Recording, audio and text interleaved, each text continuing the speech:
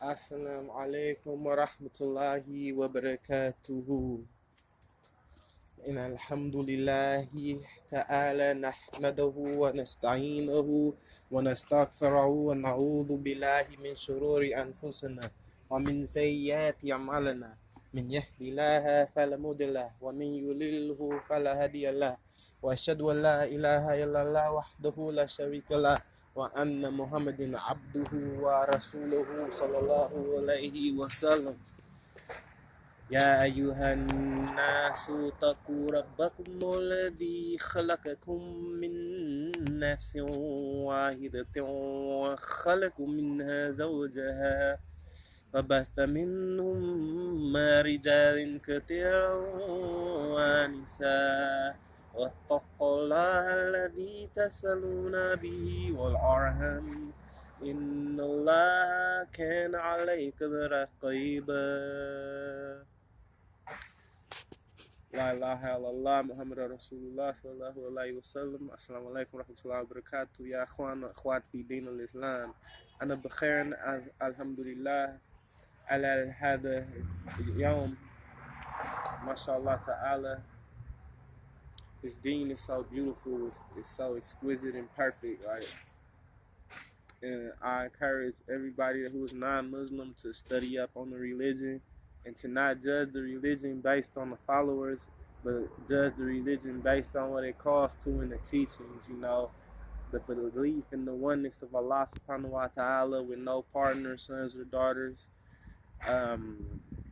believing in Muhammad sallallahu alaihi wasallam, as the last and final messenger, who Allah sent with the revelation, the Holy Quran, alhamdulillah, the book which we all love and all try to keep in our hearts and apply to our lives,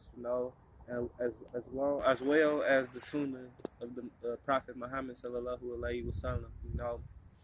I love you all for the sake of Allah, and I just wanted to get with you guys, and talk about the Sahabas, and trying to live our lives. You feel me, like to the best of our ability, like the Prophet Muhammad sallallahu alaihi wasallam and his rightly guided companions, like those people were around him and seen how he carried himself and conducted himself and tried to apply his character into their own lives, and it's a beautiful religion, because everybody should be striving to be like one person, and that was the best man to ever walk the face of the earth, and that is Muhammad sallallahu alaihi wasallam.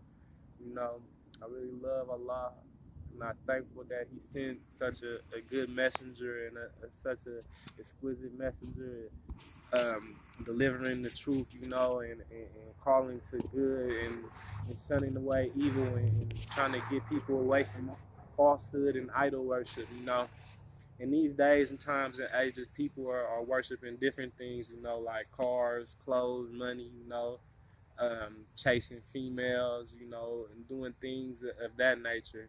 But back then, I used to worship statues, like really sit there and just really pray to statues, like, and I don't really get it, it doesn't make sense to me, but that's how they did things in their times, like it's things that people did a few decades ago that, people don't understand. So just imagine that time in that era in that geographical location, how they maneuver, and it's beautiful to just know that Islam spread across the whole world, and even though it started, in one area, and then it just spread, and it touched the hearts of many men and women from many different races and tribes, and Islam is so beautiful because you go in one masjid, you might see people from 70 different countries, praying next to you, and it's just really beautiful, I was raised in a Christian household in church, and going to church every Sunday and singing in the choir and things like that. But it's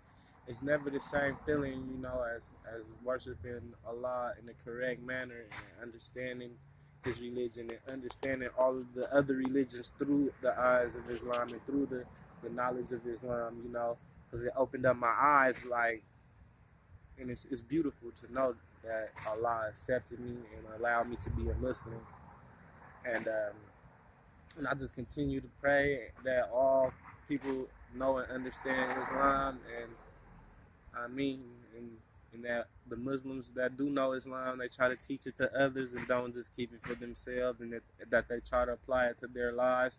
You know, it's a jihad. It's an everyday struggle. You know, trying to fight with yourself, to not be overcome by the desires that are presented. You know, from yourself.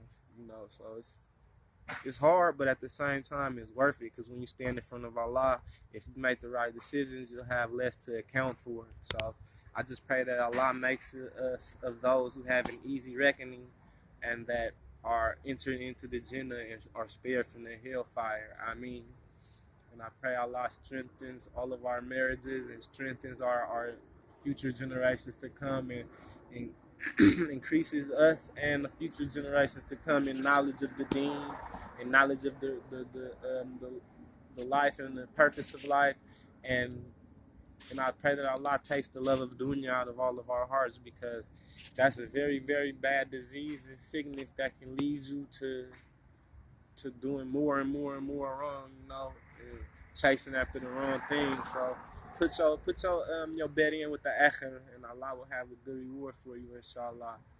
But those sahabas though that was with Prophet Muhammad sallallahu alaihi wasallam, they really implemented these things in their lives. You know, they really was with the Prophet rocking. You feel me?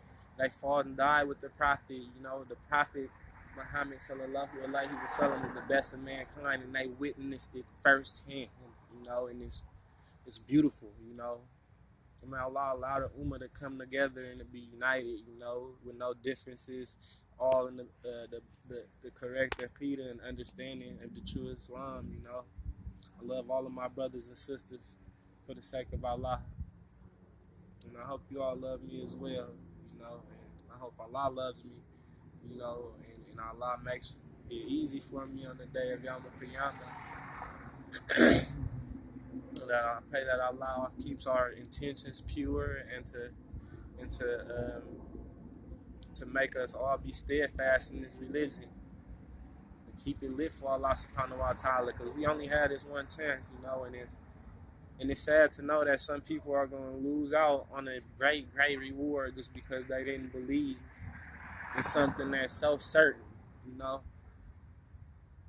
Like when I read the Quran, I know it's true, I know it's certain, you know, and it's tough, you know, to know that, like, I'm about to stand in front of Allah, and there's so many things that I've done in my past, you know, that I'm not proud of, but I know I have to account to Allah for them, you know.